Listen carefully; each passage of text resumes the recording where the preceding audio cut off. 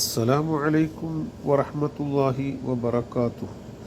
ഹിഫ്ളിലൂടെ സ്വർഗത്തിൽ പ്രവേശിക്കാമെന്ന് നബി സല്ലല്ലാഹു അലൈഹി വസല്ലമ പറഞ്ഞെന്ന 99 നാമങ്ങളിൽ 9-ാമത്തേതാണ് അൽ അസീസ്. ഇതിൻ്റെ അർത്ഥം പ്രതാപി, അജയ്യൻ എന്നിങ്ങനെയാണ്. ഖുർആനിൽ 62 സ്ഥലങ്ങളിൽ ഈ പദം വന്നിട്ടുണ്ട്.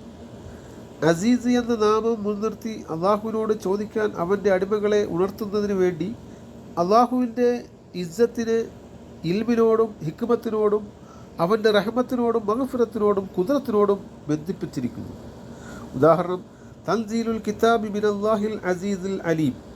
യാ മൂസ ഇന്നഹു അനല്ലാഹുൽ അസീസുൽ ഹകീം വഇന്ന റബ്ബക ലഹുവൽ അസീസുർ റഹീം റബ്ബുസ് സമാവാതി വൽ അർളി വമാ ബൈനഹുമൽ അസീസുൽ ഗഫാർ. ആരെങ്കിലും ദുനിയാവിലും ആഖിറത്തിലും ഇസ്സത്തിനെ ഇഷ്ടപ്പെടുന്നെങ്കിൽ അവൻ അള്ളാഹുവിനെ വഴിപ്പെടലിനെ നിർബന്ധമാക്കിക്കൊള്ളട്ടെ. അവൻ്റെ ഉദ്ദേശം കരസ്ഥമാകും. കാരണം ദുനിയാവിൻ്റെയും ആഖിറത്തിൻ്റെയും മാലിക് അള്ളാഹുവാണ്. മുഴുവൻ ഇസ്സത്തും അവനാണ്. അമീറുൽ മുഅ്മിനീൻ ഉമർ ഇബ്നുൽ ഖത്താബ് റളിയല്ലാഹു അൻഹു പറയുന്നു, ഇസ്ലാം കൊണ്ട് അള്ളാഹു നമ്മെ അജയ്യമാക്കിയ ഒരു ജനതയാണ്.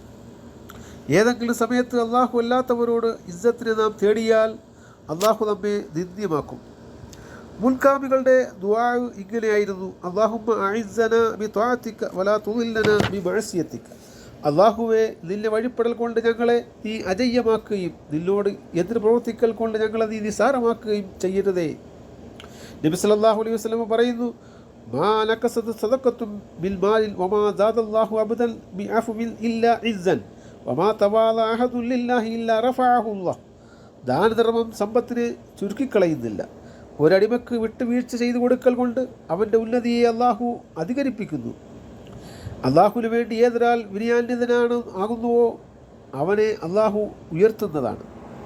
മറ്റൊരു ഹദീസിൽ കാണാം, പ്രതികാര നടപടി സ്വീകരിക്കാൻ കഴിവുള്ളതിനോട് കൂടെ ആരെങ്കിലും വല്ല വസ്തുവിനെ സംബന്ധിച്ച് വിട്ടുവീഴ്ച ചെയ്യാൻ തയ്യാറായാൽ ദുനിയാവിൽ അവൻ്റെ ഹൃദയം വണ്ണമാകുന്നതും ആഖിറത്തിൽ അവന് അള്ളാഹു പ്രതിഫലത്തെ വണ്ണമാക്കുകയും ചെയ്യുന്നതാണ്.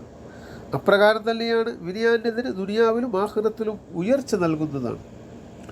ഉസ്മാൻ ഇബ്നു അബിൽ ആസ് റളിയല്ലാഹു അൻഹു പറയുന്നു, എനിക്ക് ശക്തമായ വേദന അനുഭവിച്ചു കൊണ്ടിരിക്കുന്ന വേളയിൽ എൻ്റെ അടുക്കൽ നബി സല്ലല്ലാഹു അലൈഹി വസല്ലം വന്നുകൊണ്ട് പറഞ്ഞു, വേദനയുള്ള ഭാഗത്ത് നിൻ്റെ വലത് കൈകൊണ്ട് സ്പർശിച്ച് അഊദു ബി ഇസ്സത്തില്ലാഹി വ ഖുദ്റതിഹി മിൻ ശർരി മാ അജിദു എന്ന് 7 പ്രാവശ്യം പറയുക.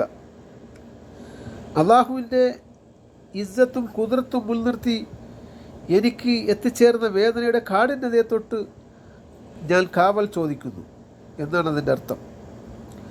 ഇത്യാദി കാര്യങ്ങൾ നാം ജീവിതത്തിൽ പകർത്താൻ തയ്യാറായാൽ മഹത്തായ നാമത്തിൻ്റെ മഹത്വം കൊണ്ട് രോഗത്തിന് ശിഫ ലഭിക്കുന്നതാണ്. ആരെങ്കിലും 40 ദിവസം ദിനേന 40 പ്രാവശ്യം ഈ ഇസ്മിനെ ചൊല്ലിയാൽ അവനെ അള്ളാഹു സഹായിക്കുകയും ഉന്നതിയിലാക്കുകയും ചെയ്യുന്നതാണ്. പറയപ്പെട്ട കാര്യങ്ങൾ സസക്തം ശ്രവിക്കാനും ജീവിതത്തിൽ പകർത്താനും കാരുണ്യവാൻ സൗഭാഗ്യം നൽകി അനുഗ്രഹിക്കുമാറാകട്ടെ. ആമീൻ ബിറഹ്മതിക യാ അർഹമർ റഹീമീൻ.